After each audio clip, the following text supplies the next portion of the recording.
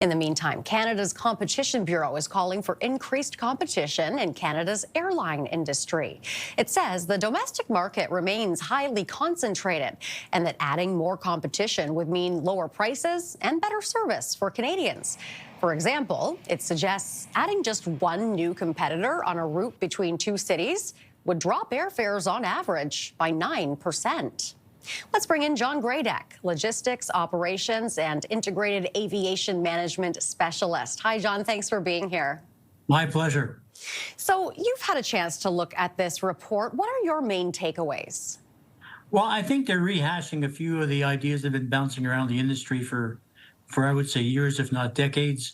I think the opposite, the idea of opening up Canadian air services to foreign competition has been seen as a panacea to creating competition in Canada.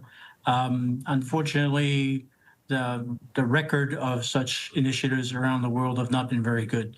Typically, carriers would come in and they would go on the most populated routes where we already have 4, maybe 5 competitors already on that route. So they will be looking at what I call the low-hanging fruit of airfares. So you don't expect to see a United Airlines showing up in Yarmouth or a Singapore Airlines showing up in North Bay. Not going to happen. These carriers who are trying to bring into Canada will be going after those routes such as Toronto, Vancouver, Toronto, Calgary, Toronto, Edmonton. So these recommendations, are they realistic? Well, they're realistic, in terms of would there be any carriers interested? Yes.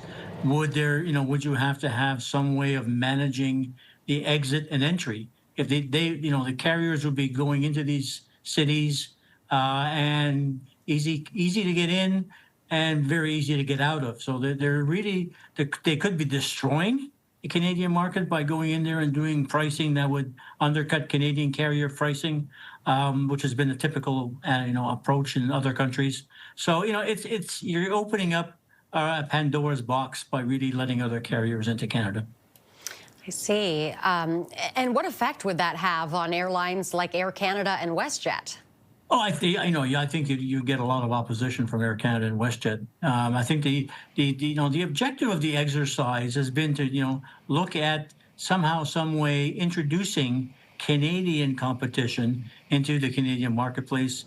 Right now, the competition is concentrated on about a dozen cities in Canada.